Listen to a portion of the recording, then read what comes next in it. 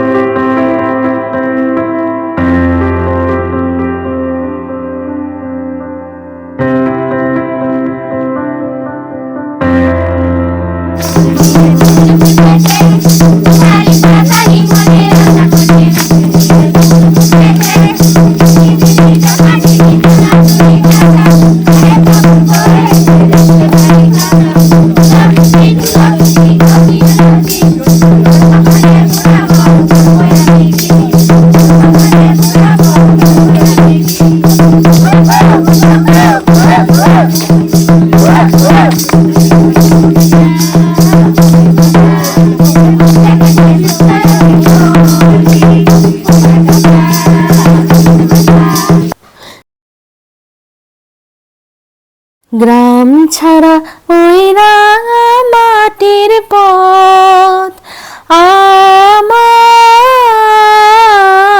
মন ভোলাই রে। শহরের গলি রাজপথ ছেড়ে, শহরের ব্যস্ততম জীবন ছেড়ে প্রকৃতির কোলে একটা বেলা কাটাতে কার না মন চায় বলুন। তাই আজ বেরিয়ে পড়লাম রাঙামাটির উদ্দেশ্যে। নমস্কার বন্ধুরা, আমি সুস্মিতা। আমার পেজ আজকের ঘরকন্যায় তোমাদের সকলকে স্বাগত জানাই। আজকে সকালবেলায় রওনা দিয়ে দিয়েছি হচ্ছে শিয়ালদা থেকে কাঞ্চনজঙ্ঘা এক্সপ্রেস ধরে বোলপুর শান্তিনিকেতনের উদ্দেশ্যে। আমরা সকাল 6:50 ট্রেনটা ধরেছিলাম যাতে সকাল সকাল শান্তিনিকেতনে পৌঁছে যাই, আর আবার সারাদিন ঘুরে বিকেলবেলা যাতে আবার বাড়ি ফিরে আসতে পারি। তো নামনা যেন অনেক স্টেশন পার হয়ে অ্যাট লাস্ট চলে এলাম হচ্ছে কবির দেশে, কবি স্টেশন বোলপুর শান্তিনিকেতনে। বোলপুর শান্তিনিকেতন স্টেশনটি ছোট হলেও দেখতে কিন্তু ভারী সুন্দর। স্টেশন থেকে তো বেরিয়ে পড়লাম, এবার কাজ হলো একটা গাড়ি বুক করা। তো সেই জন্য টোটো বুক করে নিলাম। বেরোতেই অনেকেই ছেগে ধরেছিল, কিন্তু তার মধ্যে থেকে দরদাম করে একজন দাদা টোটোকে বুক করে নিলাম। তোমরা যদি অনেকে আসো তাহলে 4 চাকাও কিন্তু ভাড়া করে ঘুরতে পারো। স্টেশনের উল্টো দিকেই আছে গ্রন্থশালা, আর ওখানেই লাইন দিয়ে দাঁড়িয়ে থাকে প্রচুর গাড়ি, 4 চাকা 2 চাকা সবকিছু।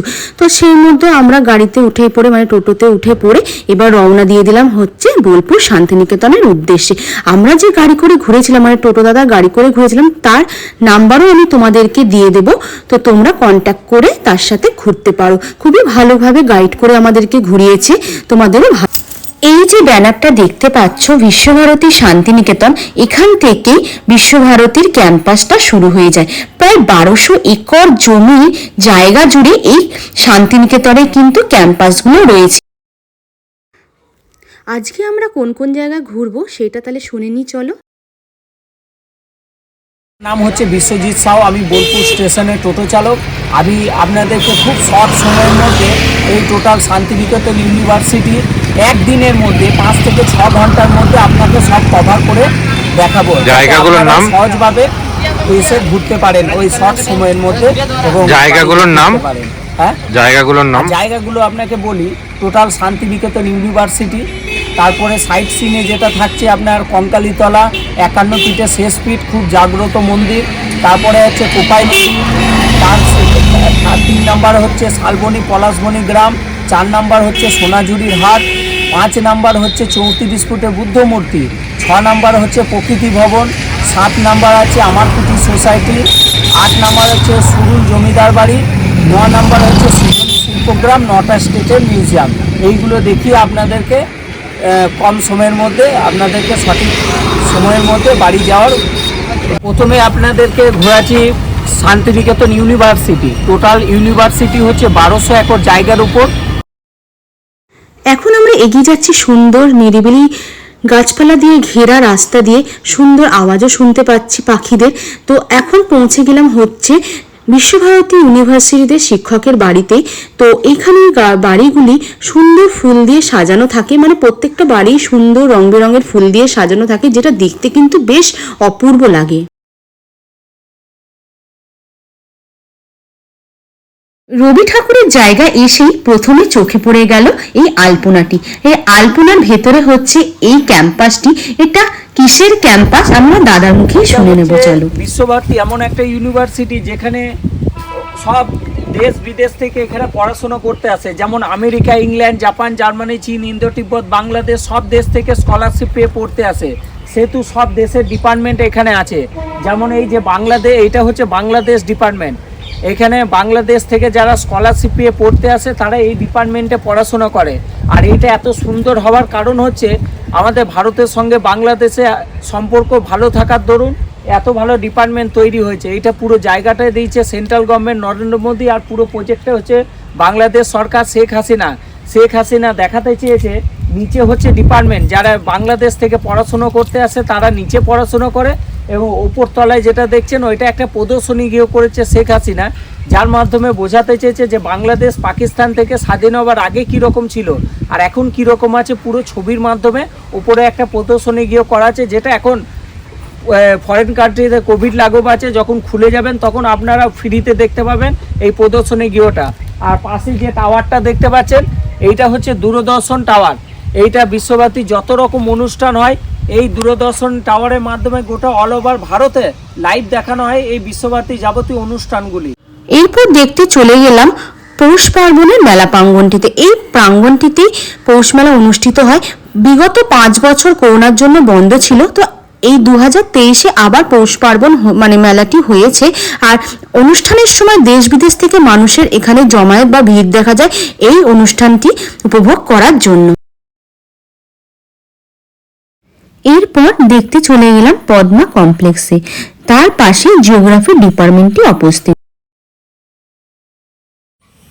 আর পদ্মা ভবন ক্রস করে একটুখানি এগিয়ে যেতেই দেখতে পেলাম হচ্ছে বিদ্যা ভবন।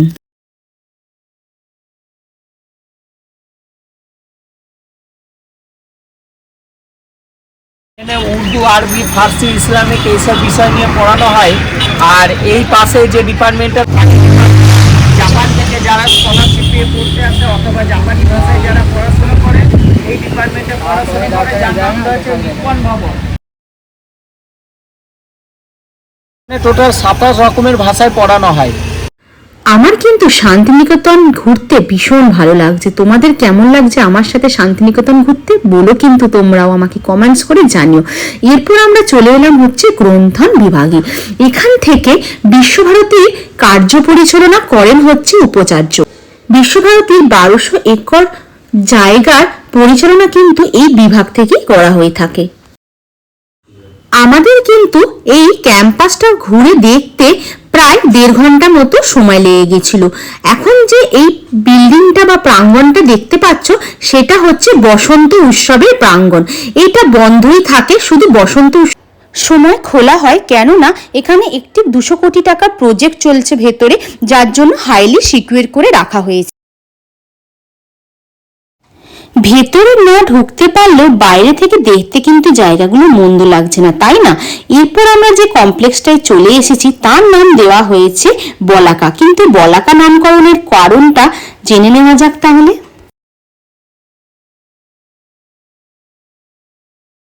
এইটা হচ্ছে সেন্ট্রাল লাইব্রেরি। ইন্দিরা গান্ধী ভারতের প্রধানমন্ত্রী হওয়ার পর বিশ্বব্যাপী যেসব উন্নতি করেছিলেন তার মধ্যে উল্লেখযোগ্য হচ্ছে সেন্ট্রাল লাইব্রেরি। এখানে 3 লক্ষেরও বেশি পরিমাণে বই পাওয়া যায় পড়ার জন্য। এটা এখন ভারতের দ্বিতীয় বৃহত্তম লাইব্রেরি। আর সামনে যে গেটটা দেখছেন এই গেটটার নাম দেওয়া আছে বলাকাকে। আমরা সকলেই জানি রবীন্দ্রনাথ ঠাকুর খোলা আকাশের নিচে পড়াশোনা করতেন এবং পরে উনি ছোট ছোট বাচ্চাদের খোলা আকাশের নিচে শিক্ষাদানও করেছিলেন। রবীন্দ্রনাথ ঠাকুর তার স্ত্রী মৃণালিনী দেবীর স্মৃতির উদ্দেশ্যে এইখানে ওপেন ইউনিভার্সিটি শুরু করেছিলেন, যার নাম দিয়েছিলেন মৃণালিনী দেবী আনন্দ পাঠশালা। দূরে এই যে মাটির বাড়িটা তোমরা দেখতে পাচ্ছ, এইটা বিখ্যাত অঙ্কন শিল্পী নন্দলাল বসু নিজে হাতে তৈরি। আর এই ক্যাম্পাসে যতগুলো মাটির বাড়ি রয়েছে এখনো পর্যন্ত সবই নন্দলাল বসুই নিজে হাতেই তৈরি করেছিলেন। আর এই বাড়িটার নাম দেওয়া হয়েছে দেউলিয়া।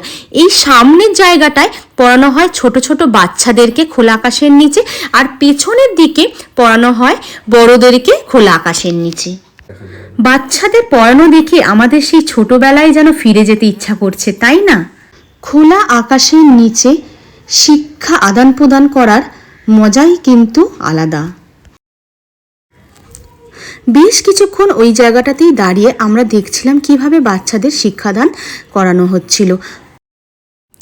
ক্যাম্পাস দিয়ে এগিয়ে যাওয়ার সময় আমি দেখতে পেলাম বহু প্রাচীন একটা বট গাছ, আর বট গাছটা দেখতে কিন্তু অসম্ভব সুন্দর, একদম পুরনো, দেখেই বোঝা যাচ্ছে। তো আমি গাড়ি দাঁড় করিয়ে দাদাটাকে জিজ্ঞাসা করলাম যে এই বট গাছটা কতদিনের পুরনো। প্রাচীন একটা গাছ, তো এটা নিশ্চয়ই কোনো রহস্য থাকবে বা কিছু কাহিনী আছে, সেটাই এই যে বলো। গাছটা দেখছেন, এটা নাম হচ্ছে তিন পাহাড়ি বট গাছ, যেটা সহজ পাঠ বইয়ের প্রথম পেজে যে বট গাছের ছবি আছে, এই সেই বট গাছ।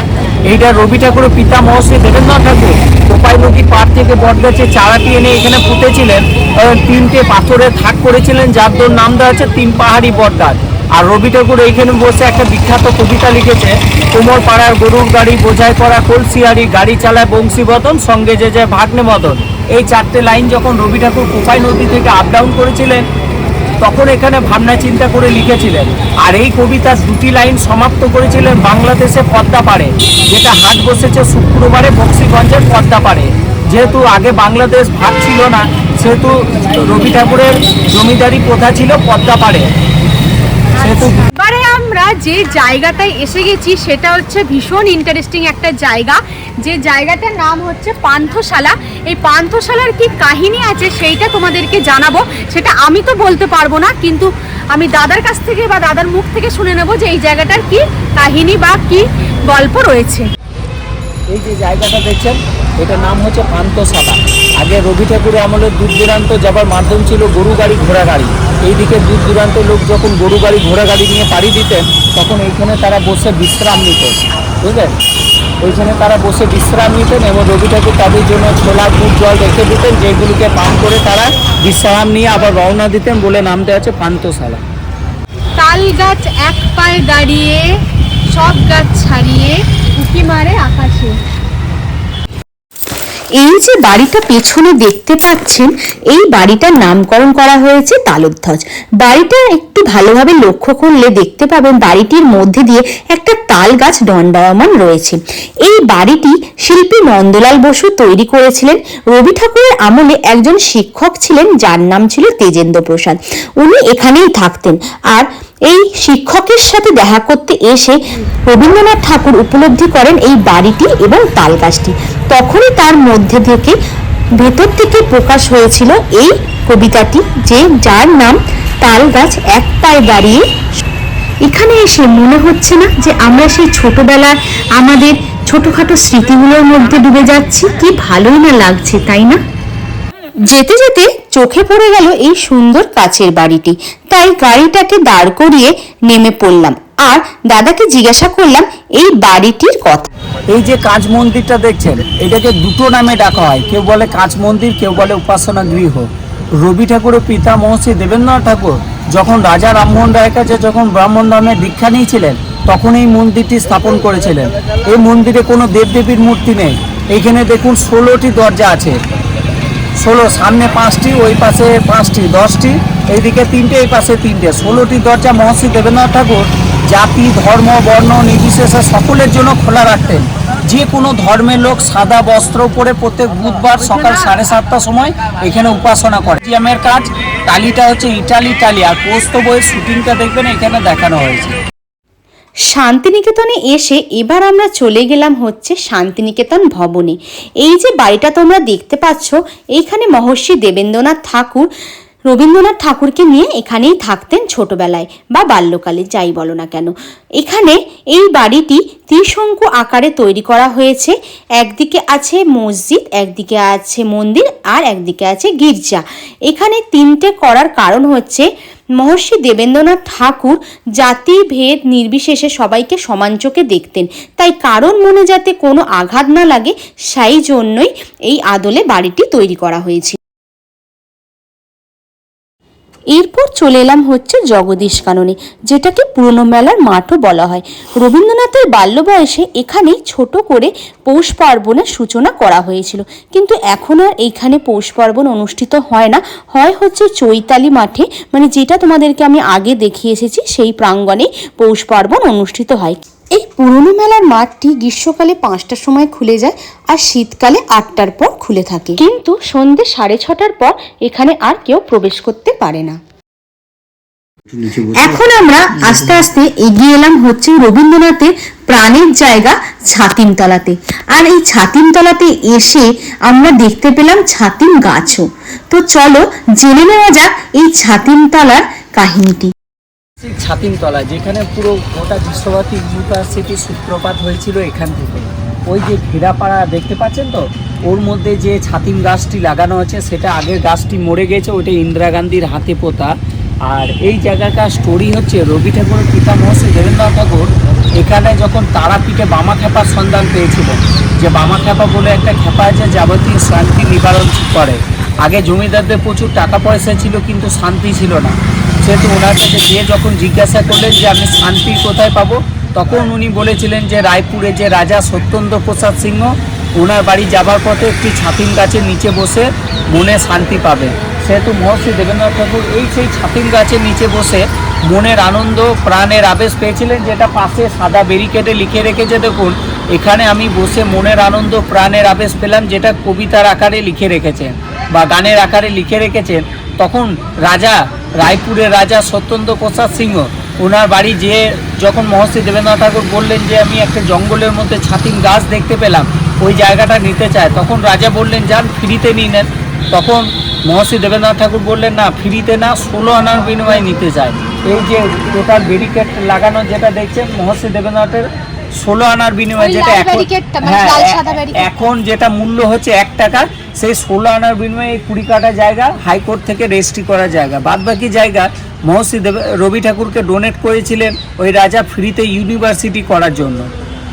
আর সেহেতু এইখান থেকে রবীন্দ্রসঙ্গীত গান হয়ে যাবতীয় অনুষ্ঠানের সূত্রপাত হয় চারিদিকে। 22শে শ্রাবণ, 7 পৌষ, এইখান থেকে রবীন্দ্রসঙ্গীত গান হয়ে অনুষ্ঠানের সূত্রপাত হয়। এমনকি এখানে এখানকার প্রধানমন্ত্রী যে হয় ভারতের, তাকে এখানে আচার্য পদ দেওয়া হয়। সেহেতু প্রধানমন্ত্রী যখন বছরে একবার আসে, তখন কয়েকজন বিলিয়ন ছাত্রছাত্রীকে নিজের হাতে সার্টিফিকেট প্রদান করেন। তখন ওই সার্টিফিকেটের সাথে ও ছাতিম পাতা 3টি পাতা দেওয়া হয় সার্টিফিকেটের সাথে মহর্ষি দেবেন্দ্রনাথের শ্রদ্ধার্থে। এরপর আমরা চলে গেছিলাম মিউজিয়ামটি দর্শন করব বলে, কিন্তু গিয়ে দেখি মিউজিয়াম বন্ধ। বুধ আর বৃহস্পতিবার মিউজিয়াম বন্ধ থাকে, কেননা মহর্ষি দেবেন্দ্রনাথ ঠাকুর রাজা রামমোহনের কাছ থেকে ব্রাহ্ম ধর্মে দীক্ষিত হয়েছিলেন বুধবার দিনে, সেই জন্যই নাকি বুধ আর বৃহস্পতিবারে মিউজিয়াম বন্ধ রাখা হয়। আমরা এখন চলে এসেছি হচ্ছে কলা ভবনে, আর কলা ভবনের মধ্যেই রয়েছে এইরকম একটা স্ট্যাচু, কিন্তু এই স্ট্যাচুটা কি রয়েছে সেটা আমি বুঝতে পারছি না বা আমার পক্ষে বোঝাও সম্ভব না। সেটাই আমি তোমাদের দাদাদের কাছ থেকে জেনে নেবো, দাদার কাছ থেকে জেনে নেবো যে এটা কি আছে। এই যে ডিপার্টমেন্টটা দেখছেন, এটা 1919 খ্রিস্টাব্দে কবি নন্দলাল বসুর উদ্যোগে এই যে কলা ভবন ডিপার্টমেন্ট, এই ডিপার্টমেন্টটা তৈরি হয়েছিল। আর এই ডিপার্টমেন্টে যে নন্দন সদন, এই যে বিল্ডিংটা দেখছেন, এটা হচ্ছে নন্দন সদন আর্ট গ্যালারি মিউজিয়াম। যেদিন নন্দন সদন মেলা হয় সেই দিনই এইগুলো দেখানো হয়। আর সামনে যে স্ট্যাচুটা দেখছেন, এইটা নন্দলাল বসুর হাতে তৈরি করা। ঠোঁট যেভাবে নড়ে উপর থেকে নিচে পর্যন্ত দেখুন, সা রে গা মা পা দা নি সা, ওপর থেকে নিচে পর্যন্ত ঠোঁট যেভাবে নড়বে, সেই ঠোঁট নড়ার স্ট্রাকচার একটা। কি ইন্টারেস্টিং একটা স্ট্রাকচার। সারেগামা পাধানিসা আমরা যেভাবে বললে মুখের অঙ্গিভঙ্গি হয়, সেই আদলে এই স্ট্রাকচারটা নাকি তৈরি করা হয়েছিল। এরপর চলে গেলাম হচ্ছে কলা ভবনের আর্ট গ্যালারিতে। ওখানে এক্সিবিশন চলছিল, ছোট থেকে বড় সবাই যে যার নিজের হাতের কাজ ওখানে রাখা ছিল, সেইটাই দেখতে গেছিলাম। হাতের তৈরি ক্রাফটিং, তারপরে কাঁথা স্টিচের তৈরি জিনিস, আসন, ড্রয়িং, নানা ধরনের জিনিসই ওখানে রাখা ছিল। ভেতরে ক্যামেরা অ্যালাউ ছিল না বলে আর ছবি তোলা সম্ভব। কলা ভবনের পাশেই রাখা ছিল হারমোনিয়ামের মতো একটি স্ট্রাকচার। এইটা হচ্ছে হারমোনিয়ামের আর্ট। এইটা দেখুন 190 ডিগ্রি অ্যাঙ্গেলে দেখলে সেই রকম স্ট্রাকচারই লাগবে। দেখুন এইটা ওনার হাতের তৈরি, নন্দলাল বসু।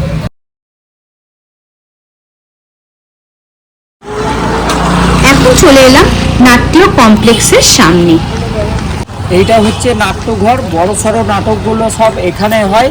এমনকি এখানে এই যে নাটকগুলো যখন হয়, এখানে দূরদর্শনের মাধ্যমে এখানে এই নাটকগুলো গোটা অল ওভার ভারতে দেখানো হয়। আর তার মধ্যে একটা নামকরণ নাটক আছে যেটা রক্তকরবী, যেটা এখানেই হয়েছিল। পেছনে দেখো কি সুন্দর পোড়া মাটির তৈরি একটা ইগলু বাড়ি দেখতে পাচ্ছ। কলা ভবনের স্টুডেন্টরা, মানে এখানকার কলা ভবনের স্টুডেন্টরা এটা নিজেদের হাতে তৈরি করেছিল।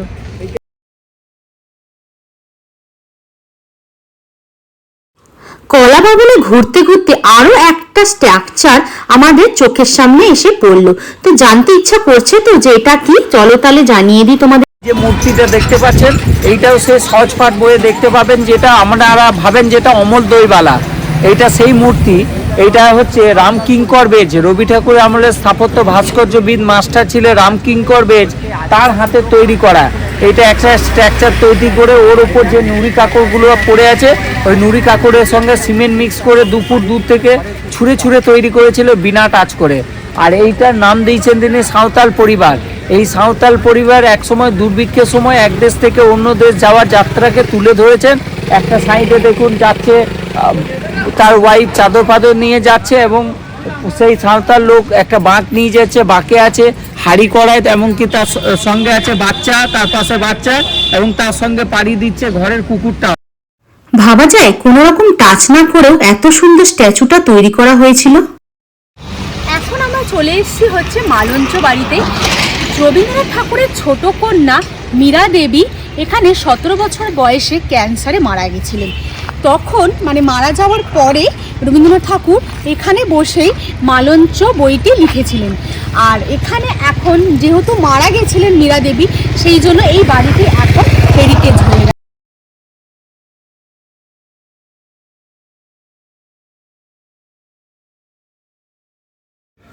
আমার সাথে শান্তিনিকেতন ঘুরতে তোমাদের কেমন লাগছে আমায় কিন্তু কমেন্টস করে জানিও। এবার আবারও আমি চলে গেলাম আর একটা স্থাপত্য দেখতে কলা ভবনে। তো এটা দেখো বেশ আমার ইন্টারেস্টিং লাগছে এবং জানতেও ইচ্ছা করছে যে এটা কি আদলে তৈরি করা হয়েছে। তো চলো জেনে নিই। এই যে মূর্তিটা দেখছেন এইটাও রামকিঙ্কর বেজের হচ্ছে বিশ্ববিখ্যাত মূর্তি। এইটা তিনি সে একই রকম ভাবে 2 ফুট দূর থেকে ছুঁড়ে ছুঁড়ে তৈরি করেছিল বিনা টাচ করে। আর এইটা স্টোরি হচ্ছে দুটো আদিবাসী বোন কলকারখানায় কাজ করে। আগে দেখবেন কলকারখানায় লেবারদের ডাকার জন্য হুইসেল আওয়াজ বাজতো, তাই যখন হুইসেল আওয়াজ শুনে 2 আদিবাসী বোন কাজের উদ্দেশ্যে কলকারখানায় ছুটে যাচ্ছে মাথায় টিফিন কারি নিয়ে, তখন তার বাচ্চাটা দেখতে পেয়েছে যে মা মাসি ছুটে যাচ্ছে। সেও তার মায়ের আঁচল ধরে ছুটতে শুরু করে। সেটা তার মা দেখতে পায়নি, অথচ তার মাসি দেখতে পেয়েছে। দেখুন, হ্যাঁ, এই জন্য মায়ের চেয়ে মাসির দরদ বেশি, ওইটা এইখান থেকে এসছে, বুঝলেন। আর এইটা যেহেতু কলকারখানা কাজের উদ্দেশ্যে ছুটে যাচ্ছে, হুইসেলে আওয়াজ শুনে, সেহেতু এটা নাম দিয়েছে কলের বাসি। কলের বাসি স্থাপত্যটার পাশেই রামকিঙ্কর বেজের আর একটা স্থাপত্য কিন্তু পাশেই রাখা আছে। তো চলো সেটা সম্বন্ধে একটু জেনে নিই। এটা দেখছেন, এটা ধোবি প্যান্ট আছাড় মেরে কাঁচার দৃশ্যকে তুলে ধরেছে রামকিঙ্কর বেজ। এটা মুন্ডু স্থাপন করার আগেই তিনি মারা গিয়েছিলেন। আর এই মূর্তিটা ভেঙে গিয়েছিল, যেটা বিশ্বভারতী টিচাররা সেম ওই রকমই দাঁড় করানোর চেষ্টা করেছে কিন্তু পারেনি। দেখুন, এটা বোঝা যাচ্ছে সিমেন্টের। এই জন্য রামকিঙ্কর বেজ হচ্ছে বিশ্ববিখ্যাত।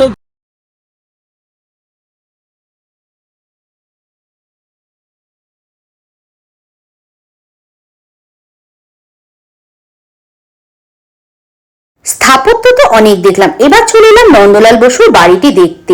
ভেতরে ঢুকতে দেওয়া হয় না, কিন্তু বাইরের থেকেই আমরা দেখলাম।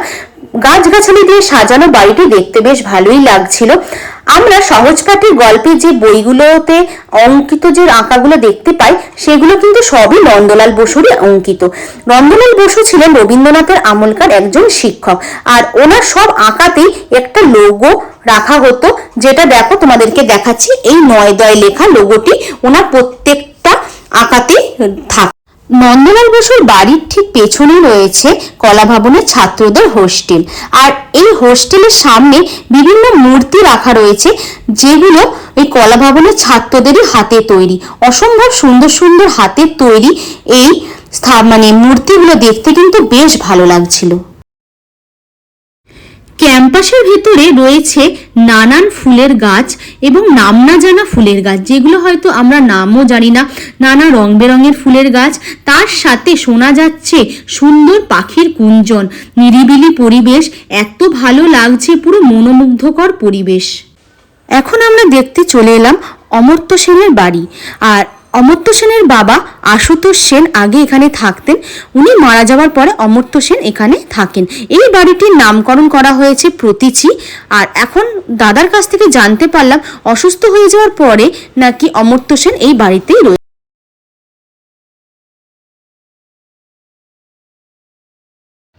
ক্যাম্পাস তো ঘোরা হলো অনেক, এবার চলে এলাম হচ্ছে সৃজনী শিল্পগ্রাম দেখতে। নানান সৃজন শিল্পকে একই মালায় গেঁথে তৈরি হয়েছে এই গ্রাম। প্রথমে ঢুকে আমরা 20 টাকা করে টিকিট কেটে নিলাম। 20 টাকা করে টিকিট কেটে এবার আমরা ভেতরের দিকে ঢুকে যাব।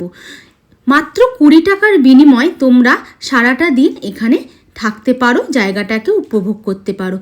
বাংলা সংস্কৃত ধরা পড়েছে এই গ্রামে। রায়না চিরুন বাঁকুড়ার ওই ফিতা আহার যতন করে বাঁধলে মাথা তাও যে বাঁকা সেটা পেটপালিয়া রাজকুমারী গলায় চন্দ্রহার দিনে দিনে বাড়ছে তোমার চুলের বাহারে কালো জলে কুচলা তলে ডুবলো শোনাতো কাল সারানা পাই যে দর্শন। ভেতরে ঢুকেই প্রথমেই শুনে নিলাম একটা সুন্দর বাউল গান। কি ভালোই না লাগছিল ভেতরে ঢুকেই এই বাউল গানটা শুনতে পেয়ে। শান্তিনিকেতনের মনোমুগ্ধকর প্রাকৃতিক পরিবেশের আনন্দ নিতে কে না চায়। তাই সৃজনী শিল্পগ্রামে যদি তোমরা না আসো শান্তিনিকেতনে এসে, তাহলে কিন্তু অনেকটাই বা অনেক কিছুই তোমরা হয়তো মিস করে যাবে।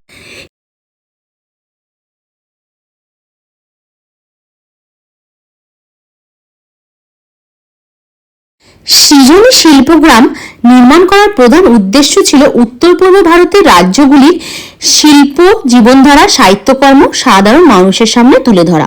শুধুমাত্র একটা শিল্পগ্রাম তৈরি নয়, গুরুত্বপূর্ণ গবেষণার মাধ্যমে ফুটিয়ে তোলা হয়েছে সিকিম, আসাম, মেঘালয়, মণিপুর, ত্রিপুরার মতো উত্তর পূর্ব ভারতের এবং পশ্চিমবঙ্গ, বিহার, ঝাড়খণ্ড, উড়িষ্যা, আন্দামান ও নিকোবর দ্বীপপুঞ্জের জীবনযাত্রা। পূর্বাঞ্চল সংস্কৃতি কেন্দ্রের সাংস্কৃতিক প্রয়াস এই সৃজনী শিল্পগ্রাম। প্রায় 26 বিঘা জমি জুড়ে এই শিল্পগ্রাম। বাংলা সংস্কৃতির কথা মাথায় রেখে এখানে সাঁওতাল নাচেরও ব্যবস্থা ছিল। এখানে ওনারা খুব সুন্দরভাবে সাঁওতাল নাচের প্রদর্শনী করছিলেন। তো আমিও একটু পায়ে পায়ে তাল মিলিয়ে ওনাদের সাথে নেচে নিলাম। তারপরে চারদিকটা বেশ ভালোভাবে ঘুরে ঘুরে দেখছিলাম ওখানে কি কি রয়েছে।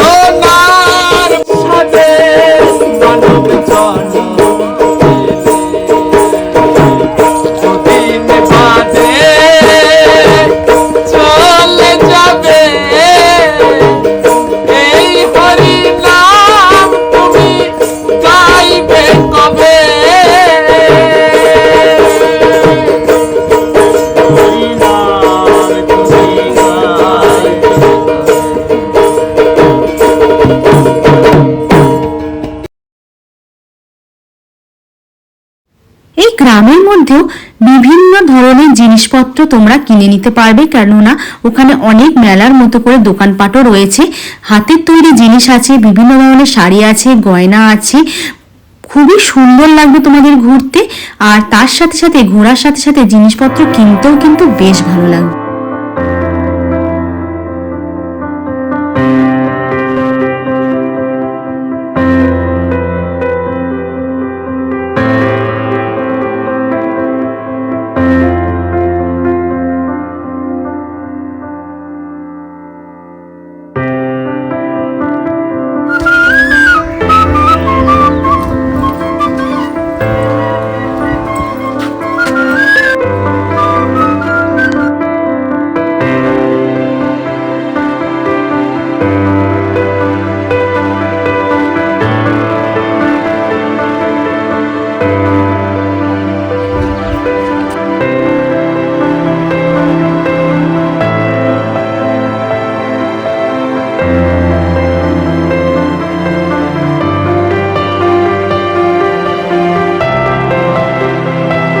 গ্রামের মধ্যে এক একটা ঘর তৈরি করে এক একটা ঘরে বিভিন্ন জায়গার, যেমন বাংলাদেশ, বাঁকুড়া, আন্দামান, বিষ্ণুপুর, ঝাড়গ্রাম, পুরুলিয়া, পশ্চিমবঙ্গ, বিভিন্ন জায়গার অ্যান্টিক জিনিসপত্র বা শিল্প সংস্কৃতিকে একই জায়গায় একত্রিত করে রাখা হয়েছে এখানে।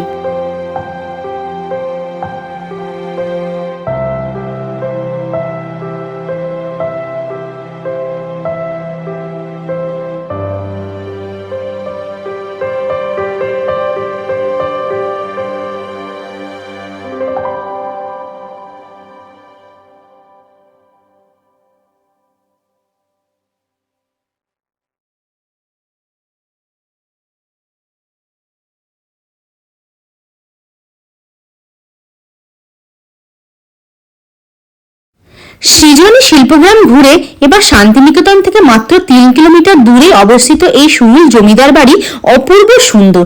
এখানেই এবার আমরা চলে এলাম। সুনীল জমিদার বাড়ির আদি সদস্যরা বর্ধমানে থাকতেন। মূলত জাহাজের পাল তৈরির যে কাপড় হয় আর নীল চাষের ব্যবসায়ী ছিল এনাদের।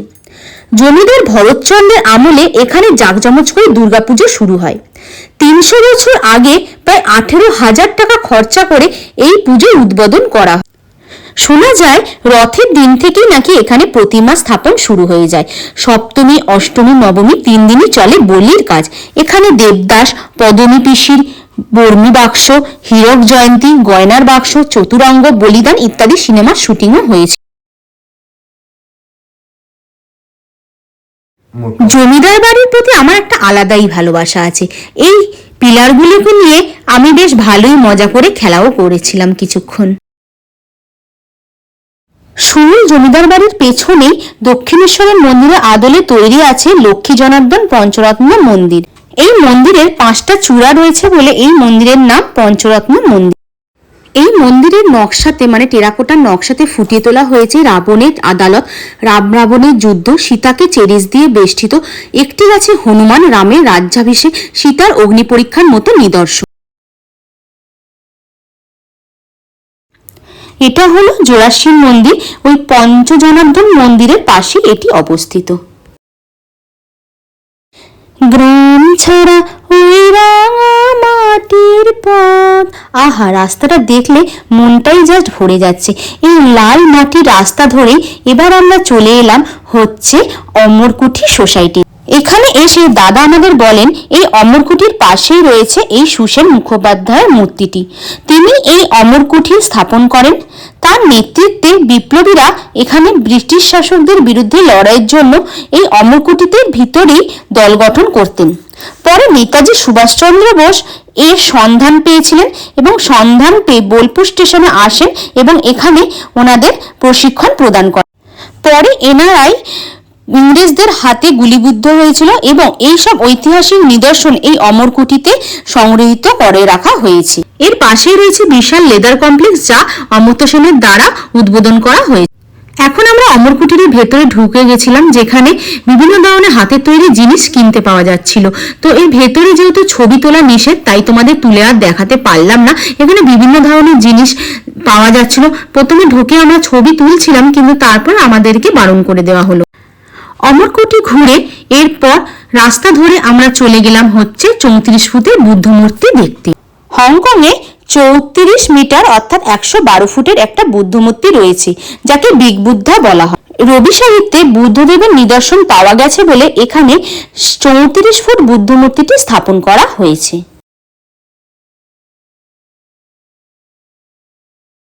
এরপর আমরা খোয়াই ক্যানেলের রাস্তা ধরে এগিয়ে গেলাম হচ্ছে প্রকৃতি ভবনের দিকে।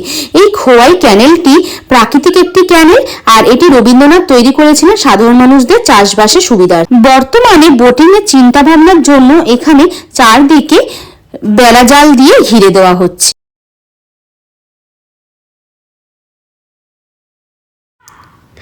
এখন আমরা চলে এলাম হচ্ছে প্রকৃতি ভবনে। এবার আমরা প্রকৃতি ভবনে ঢুকবো, আর ঢোকার আগে টিকিট কেটে নিতে হবে জনপ্রতি 30 টাকা করে। এক একজনের 30 টাকা করে টিকিট কাটতে হবে, আর তার সাথে যদি কেউ ক্যামেরা নিয়ে যেতে চায় তাহলে তাকে এক্সট্রা 20 টাকা দিতে হবে।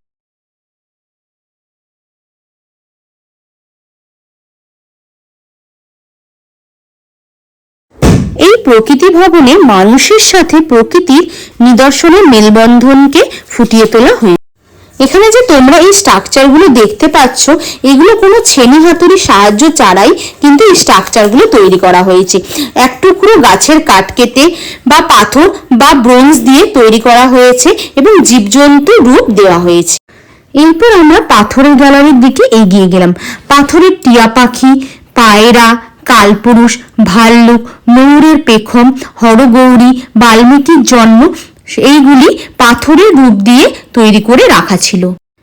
এরপর গেলাম হচ্ছে গাছের গ্যালারিতে, যেমন গাছের কুমির, শিয়াল, উট পাখি, সমুদ্রের ঢেউ, পক্ষীরাজ, ঘোড়া, পেঙ্গুইন, হনুমান ইত্যাদি তৈরি করে রাখা ছিল। এই দেখো, যেমন এখানে রাখা আছে কাঠের কুমিরটি। ব্রোঞ্জের মাধ্যমে টর্চ অফ ফ্রিডম, বিশ্বকাপ, মেয়েরা নাচ করছে মানে নৃত্যশিল্পী ইত্যাদি শিল্পগুলোকে তুলে ধরে রাখা হচ্ছে। এই গ্যালারি থেকে বেরিয়ে এবার এগিয়ে গেলাম হচ্ছে সোনাঝুরি হাটের দিকে। আর খিদে তো বেশ পেয়ে গিয়েছিল, তাই সোনাঝুরি হাটের সামনে একটা জায়গায় দুপুরের লাঞ্চটা সেরে নিলাম। নিয়েছিলাম হচ্ছে মাছ ভাত। খাওয়া দাওয়া পর্ব শেষ করেই চলে গেলাম হলো বীরভূম তথা শান্তিনিকেতনের অন্যতম আকর্ষণ সোনাঝুরি খোয়াই। খোয়াই ক্যানেলের পাশেই রয়েছে খোয়াই বন, আর এই খোয়াই বনেই বসে হচ্ছে সোনাঝুরির হাট, তাই একে খোয়াই হাটও বলা হয়। বিশাল বড় হাট বসে থাকে প্রত্যেক দিনই, কিন্তু শনি আর রবিবারে এটি জাঁকজমকপূর্ণ বেশি হয়ে থাকে। আর হাটে ঢুকেই প্রথমেই নিয়ে নিলাম দই আর রাবড়ি, যেটা কিন্তু এখানকার বেশ ভালো খেতে। এই হাটটি শুরু হয়েছিল পার্শ্ববর্তী এলাকায় মহিলাদের তৈরি নানান হস্তশিল্প, বাড়িতে করা খাবার ইত্যাদি বিক্রি করার জন্য। পরে এটি আস্তে আস্তে বাড়তে থাকে। রং বেরঙের জিনিসপত্র দেখতে দেখতে এবং দরদাম করতে করতে কখন যে বেশ কিছুক্ষণ সময় কেটে যাবে তা তোমরা বুঝতেই পারবে না। আর দরদাম করতে পারলে এখানে কিন্তু বেশ ভালো ভালো জিনিস তোমরা কিন্তু ঘরে নিয়ে যেতে পারবে। কেনাকাটার সঙ্গে মেয়েদের কিন্তু একটা আলাদাই সম্পর্ক, তোমরা কিন্তু সবাই সেটা জানো। আর তার সাথে যদি এত বড় মাঠ বা মেলা তোমরা যদি একসাথে পেয়ে যাও তাহলে তো আর কোনো কথাই নেই। আর তার পাশে চলছিল এই বাউল গান, কি সুন্দর পরিবেশ তোমরাই শুধু ভাবো। আমরা এখানকার মূল অন্যতম আকর্ষণ শালবনির জঙ্গলে এসে গেলাম। এর পাশে নাকি একটি আদিবাসী গ্রামও রয়েছে। পাশেই বিখ্যাত সোনাঝুরির হাট, লম্বা লম্বা গাছ, চারিদিকে সবুজ পাতা, আর তার ফাঁক দিয়ে আকাশ ও সূর্য। শীতের দুপুরে এবং শান্ত মনোমুগ্ধকর এই পরিবেশের ভাব বলে বোঝানো ঠিক যাবে না। তোমরাই দেখে নাও এই প্রকৃতির অপার রূপ। ও হ্যাঁ, বলাই হলো না, সিরিয়াল বাহা এইখানেই নাকি শুটিং করা হয়েছিল। সোনাঝুরির হাট থেকে তো শপিং তো প্রচুর করে নিলাম, দেখতেই পাচ্ছ। এবার বাড়ির দিকে যাওয়ার পথে পড়ে গেল হচ্ছে কোপাই নদী।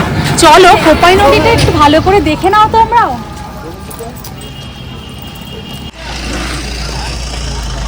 বর্ষাকালে এখানে তো ভর্তি জল থাকে, কিন্তু যেহেতু শীতকাল হয়ে গেছে সেই জন্য জলের পরিমাণও এখানে কমে এসছে। বর্ষাকালে পুরো একদম ভরে।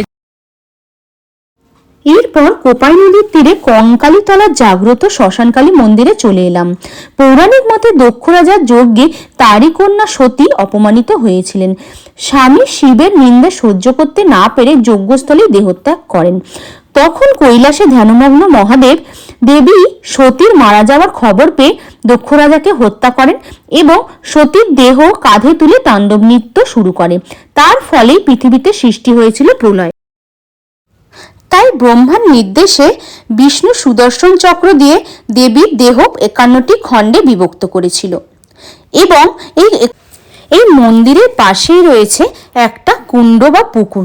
চলো এবার আস্তে আস্তে ওই কুণ্ড বা পুকুরের দিকে যাওয়া যাক, আর ওই কুণ্ড সম্পর্কেও কিছু তথ্য আমি তোমাদেরকে বলে রাখি।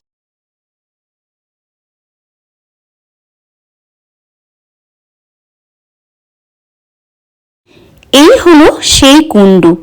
সতীর কোটিদেশ ছাড়াও নাকি এখানে পঞ্চশিবেরও অবস্থান রয়েছে বলে শোনা যায়। এছাড়াও শোনা যায় দেবীর শরীরের অংশ খণ্ডবিখণ্ড হয়ে যাওয়ার পর মহাদেবের চৈতন্য ফিরে আসে, তাই একে চৈতন্যপীঠও বলা হয়ে থাকে।